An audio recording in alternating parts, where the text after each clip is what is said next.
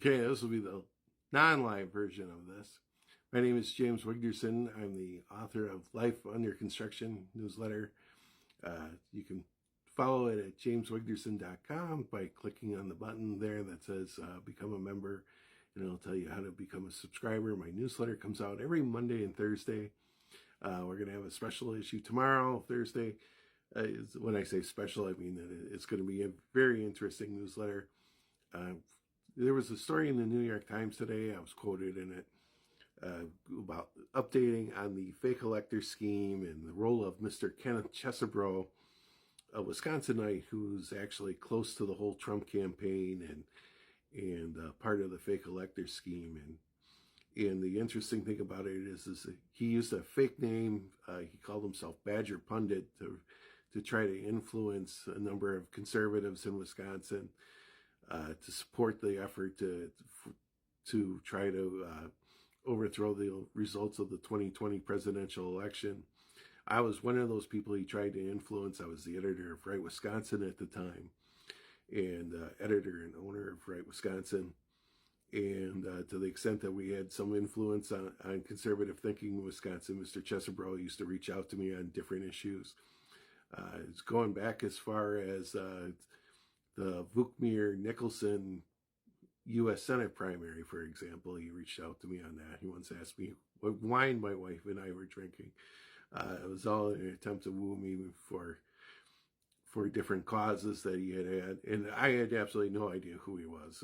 When you come at me with a fake name, I tend to just disregard you regardless. If you want to email me with a fake name, just know that it's probably going to end up in the trash bin for whatever reason. These emails I actually responded to, and what was very interesting is that he reached out to me after the 2020 presidential election, but before January 6th, to try to convince me that the 2020 presidential election was stolen.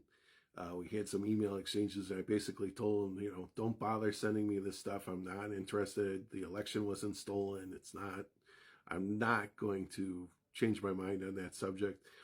And when he sent me an email telling me about the U.S. Senator Ron Johnson's hearings on the 2020 presidential election, and give you an idea of what a kangaroo court that was, he had Jim Trupis, which was Wisconsin's Donald Trump lawyer, testify on how the election got stolen here in Wisconsin. The other thing that he did is that he had an expert. The expert hired by Republicans on cybersecurity for the elections, that expert said that the 2020 presidential election was the safest election ever run.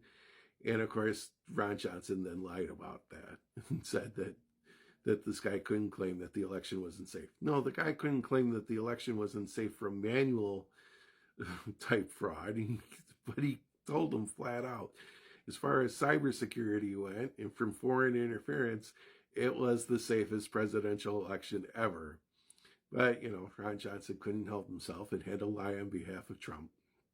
Anyhow, so Chesebro sends me this email about, about the fraud, and he points to Johnson's committee. And he tries to send me the link to the YouTube, and I'm like, what the hell's that? I don't click on blind links, and he said, this is the video from Ron Johnson's U.S. Senate committee hearing. And I said, my eyes cannot roll that far. And that'll now be the quote that I'll be remembered for. It'll probably be on my gravestone. It was in the New York Times today. I've had a number of people comment on it to me privately, laughing. John Schultz from the Associated Builders and Commerce actually commented on LinkedIn, for example, and said, I actually have seen your eyes roll that far. So, pretty interesting.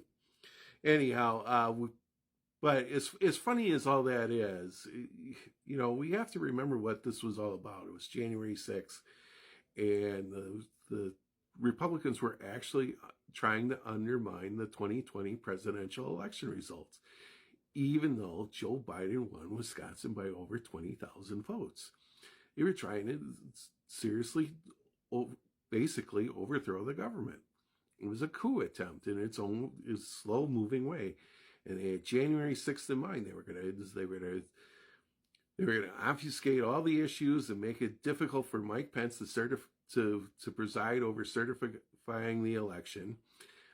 Ron Johnson actually was going to deliver the names of the fake electors from Wisconsin on January 6th, so that Mike Pence had the fake electors for Wisconsin and Michigan as alternative slates of delegates for the Electoral College. It's pretty scary stuff. And there were other things now, looking back at my emails from Chesebro, that are pretty frightening. And they weren't addressed in the New York Times article today. They also weren't addressed in the Urban Milwaukee article today. I'm going to address them in tomorrow's newsletter. There's something there that is really actually explosive and needs to be followed up on. So if you get a chance, subscribe to the newsletter. Again, go to jameswigderson.com. You want to click on the link to become a member, and we'll discuss this. I'm sure it's going to make some news once I publish it, and bring it to people's attention what Chesebro actually said to me in these emails. Just know that this is not. I mean, as much as we can laugh at how I handled my direct messages, in the end, what Chesebro was doing was not a laughing matter. Thanks.